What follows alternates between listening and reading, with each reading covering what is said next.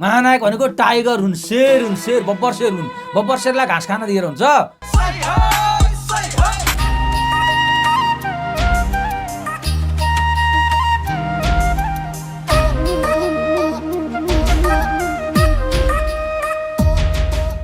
Hello तपाईँहरूलाई धेरै कन्ट्राल voice फेरि पनि स्वागत छ हाम्रो सिनेजपति युट्युब च्यानलमा। फेरि पनि म विभिन्न नेपाली कथानक चलचित्रको बारेमा रोचक गसिप लिएर उपस्थित भएको छु।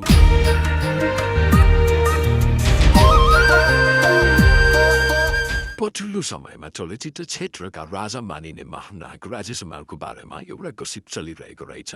अहिले प्रदर्शन भइरहेको चलचित्र प्रवासी जीवनलाई लिएर। I'm Dr. Sarma. Hello. त्यसपछि युट्युबमा सर्च गरेर मैले प्रवासी जीवन चलचित्रको टिजर हेरेँ। टिजर हेर्दाखेरि मलाई यस्तो लाग्यो कि महानायक राजेश हमालको रोल चाहिँ गिस्रो लोगी जस्तो फिल भयो, किनकि टिजरमा उहाँलाई थोरै नै देखाइएको थियो। अनि दर्शकले महानायक राजेश हमाललाई हेर्न चाहने रोलहरू क्यारेक्टरहरू मैले त्यस्तो विशेष केही पनि पाइन। No action, no dialogue. त्यसैले पनि धेरै दर्शकहरूको चित्त नबुझेको हुनसक्छ, असन्तुष्टि महसुस भएको हुनसक्छ। किनकि महानायक राजेश हमालको व्यक्तित्व, आवाज र स्क्रिन प्रेजेन्टेसन निकै बलियो हुन्छ।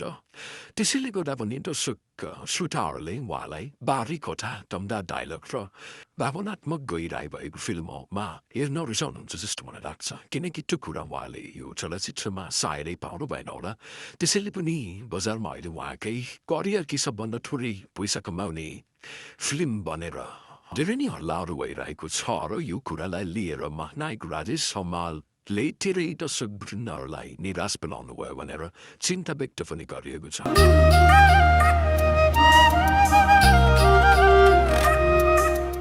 यदि तपाईँहरू पनि महानायक राजेश हमाललाई लिएर एउटा चलचित्र बनाउँदै हुनुहुन्छ भने दमदार डायलग, गहिरो कथा स्टोरी, देशभक्ति वा न्यायको लडाई, यादगार सङ्गीत र भावनात्मक दृश्य भएको चलचित्र सिनेमा बनाउनु भयो भने पक्कै पनि सफल हुनेछ।